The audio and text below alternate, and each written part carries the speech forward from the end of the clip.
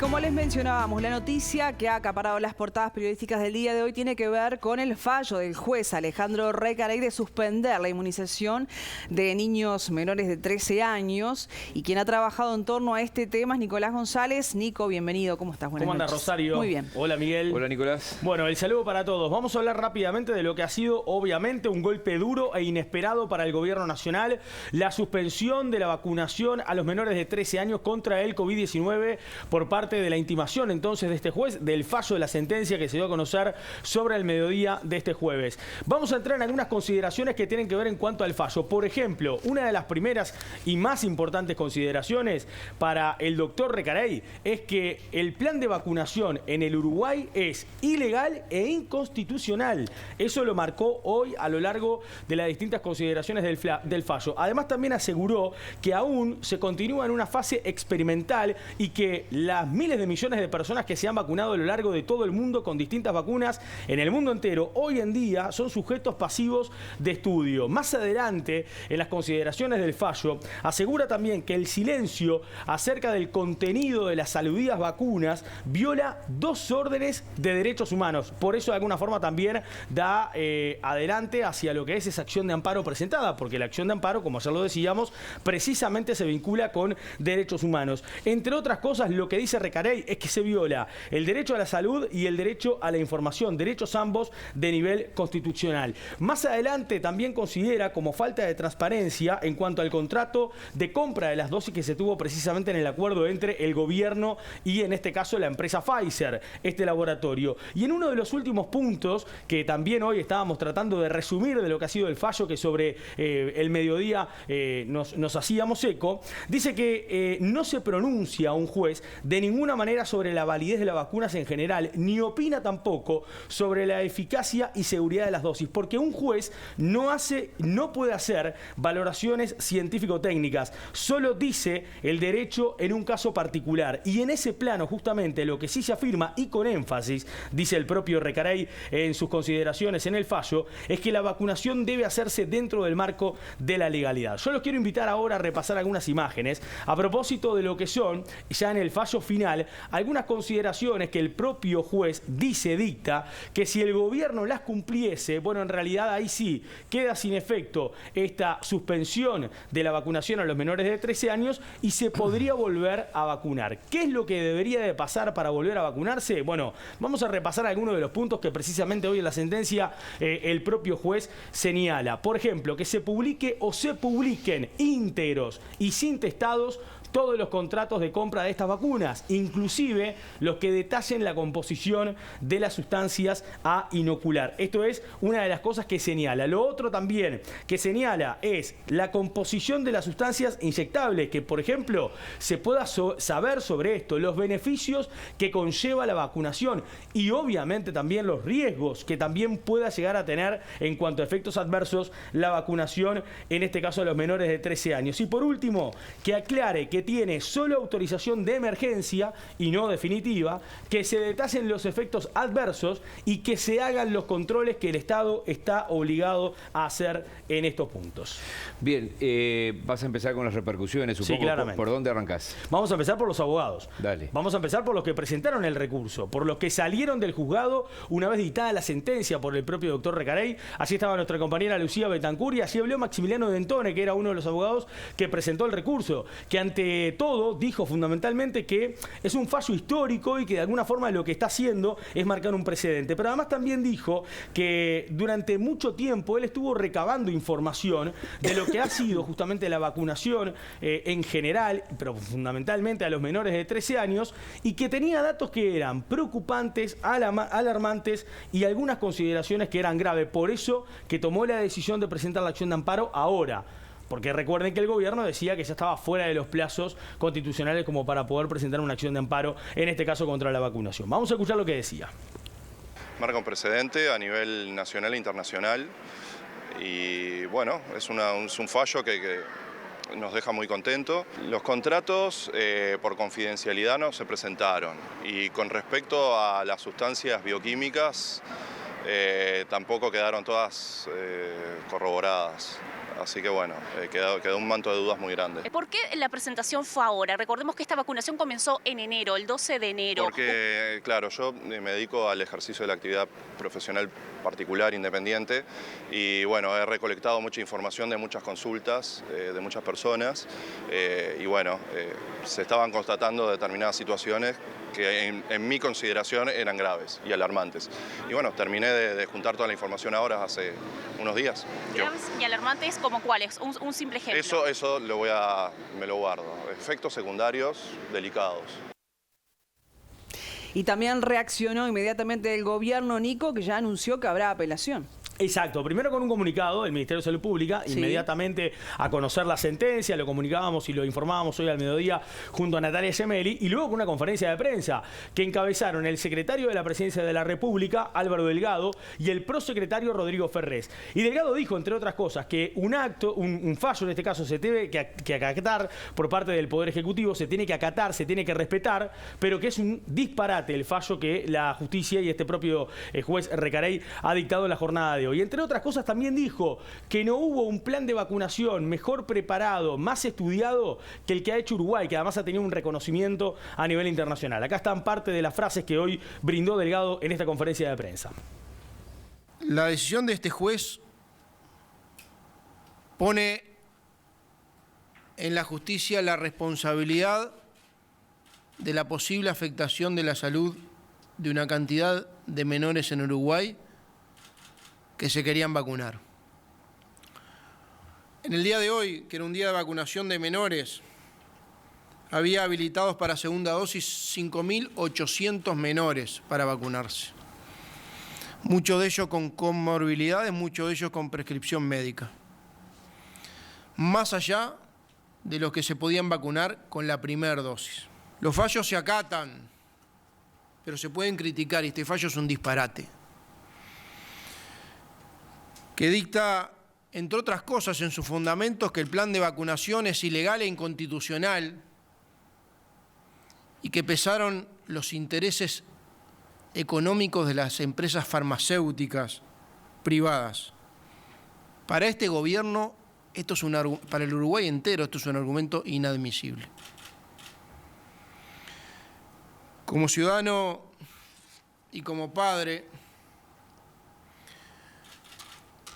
que una decisión de un juez obligatoria suspenda una vacunación que es voluntaria nos preocupa enormemente.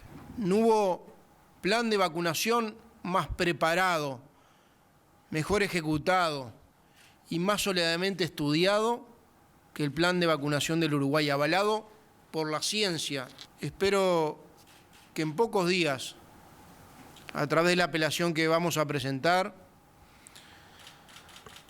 los padres que quieran vacunar a sus hijos lo puedan hacer.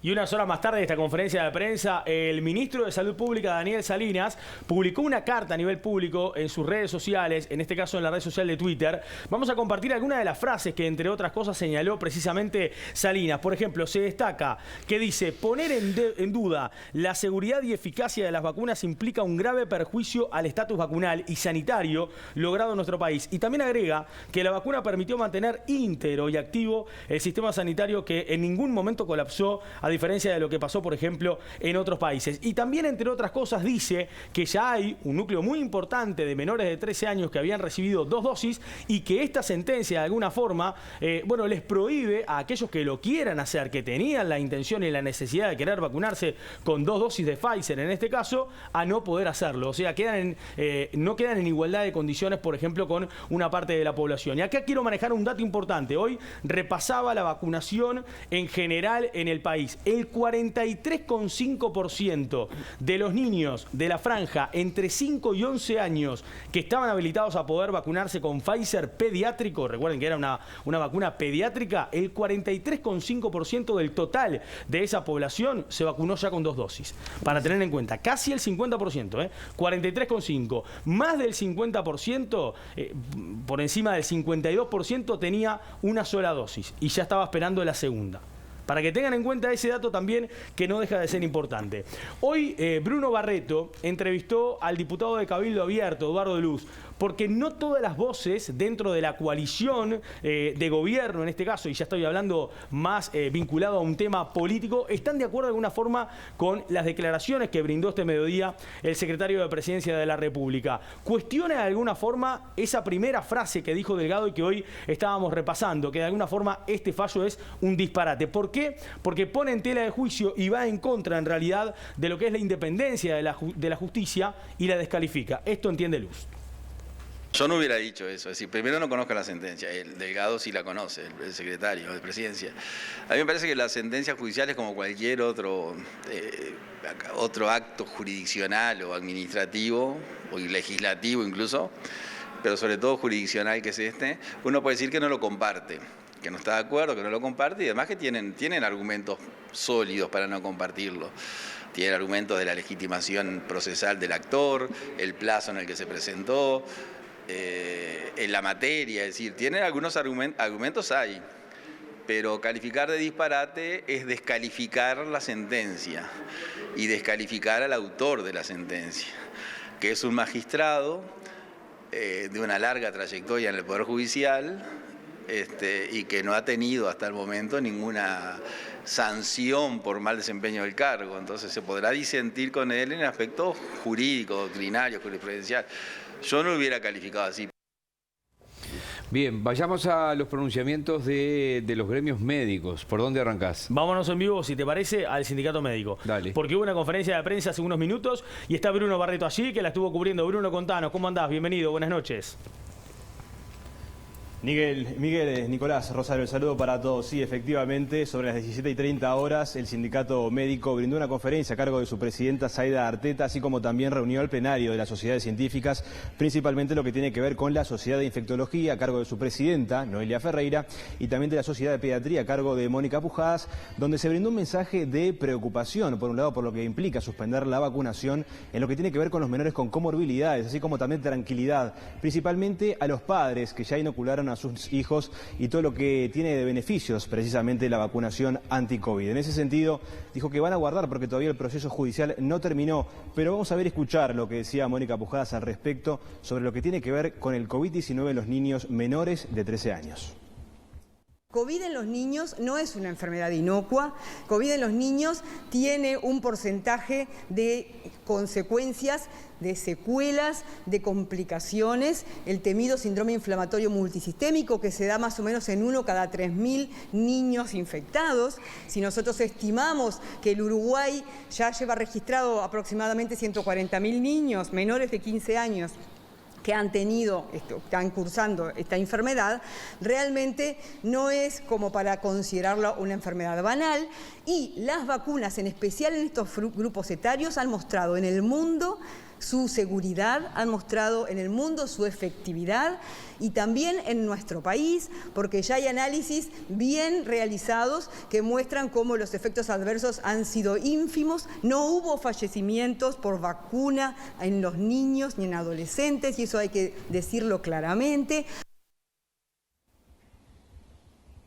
Bueno, decíamos al principio de este contacto que también hay un mensaje de preocupación, porque debemos recordar que aquí el capítulo jurídico no terminó, es decir, faltan las apelaciones de las dos partes y que luego el Tribunal de Apelaciones decida si hacer lugar a lo que es esta sentencia o en definitiva que falle finalmente a favor del gobierno y que continúe la vacunación. Otra de las cosas que también debemos recordar en lo que tiene que ver con lo jurídico es que las acciones de amparo no tienen la posibilidad de que se presente la casación. ¿Qué significa esto para que la teleaudiencia pueda justamente entender?